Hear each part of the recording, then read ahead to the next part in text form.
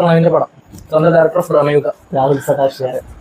രാഹുൽ സദാശിവന്റെ 4ാമത്തെ സിനിമയാണ് ശരിക്കും. ടൈറ്റിൽ ഇതുവരെ ഇട്ടിട്ടില്ല. ഷൂട്ട് കഴിഞ്ഞു സിനിമ. ആദ്യത്തെ സിനിമ റെഡ് റെയിൻ ആണ്, നരേൻ നായകനായിട്ടുള്ളത്. ഒരു വെയിൽസ് യൂണിവേഴ്സിറ്റിയിൽ VFX ഒക്കെ പഠിച്ച് ഫിലിം മേക്കിംഗ് പഠിച്ച് വന്നിട്ട് ആദ്യം എടുത്ത സിനിമ. അന്ന് കേരളത്തിൽ ഈ റെഡ് റെയിന്റെ ഇഷ്യൂ ഒക്കെ ഉള്ള അത് അന്ന് മനോരമയിൽ വാർത്ത വന്നിട്ടുണ്ട്. ഈ റെഡ് റെയിൻ എന്ന് പറഞ്ഞു കഴിഞ്ഞാൽ അന്യഗ്രഹ ജീവികളുടെ സാന്നിധ്യം ഉണ്ടോ എന്ന് സംശയം ഉണ്ടെന്ന് പറഞ്ഞിട്ട് സംഭവം. അതിന്റെ ഇതിനാണ് റെഡ് റെയിൻ. നെക്സ്റ്റ് പടം പറയണ്ട, ഭൂതകാലം സോണി ലൈവിന്റെയും കൂടി ഉൾക്കൊണ്ട് ഡയറക്റ്റ് അങ്ങനെയാണല്ലോ. അത് നമ്മൾ കണ്ട ഇതുവരെ കണ്ട് ശീലിക്കാത്ത നോർമൽ സിനിമയാണെന്ന് വിചാരിച്ച് കണ്ടവർക്കാണ് സർപ്രൈസ് ആയത്. ഭയങ്കര സർപ്രൈസിംഗ് ആണ്. അത് ട്രെയിലർ ഒരു ഹൊറർ ഫിലിം ആണെന്നൊരു ഐഡിയ നമുക്ക് തന്നിട്ടുണ്ടായിരുന്നില്ല. അതെ, അത് ഷൈനികത്തിന്റെയും രേവതിയുടെയും ഭയങ്കരമായിട്ടുള്ള ഒരു പെർഫോമൻസ്. അതിന്റെ ഒപ്പം ഗോപിസുന്ദറിന്റെ ബാക്ക്ഗ്രൗണ്ട് സ്കോർ എടുത്തു പറയേണ്ട സാധനം.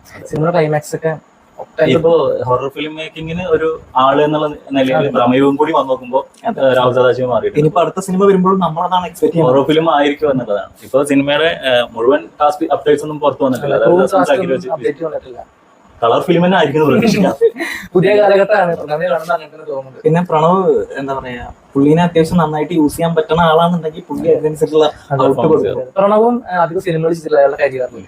പുള്ളിയായിട്ട് ബന്ധപ്പെട്ടുള്ള ആൾക്കാർ ഇപ്പൊ വിനീത്, പ്രിയദർശൻ, ജിത്തു ജോസഫ്, അങ്ങനെ അദ്ദേഹത്തെ ടച്ചുള്ള ആൾക്കാർക്ക് ചെയ്തിട്ടുള്ളൂ. അപ്പൊ പുതിയൊരു ഡയറക്ടറായിട്ട് കൊളാബറേറ്റ് പറയുമ്പോൾ അത് എന്തെങ്കിലുമൊക്കെ ഉണ്ടായിരിക്കും.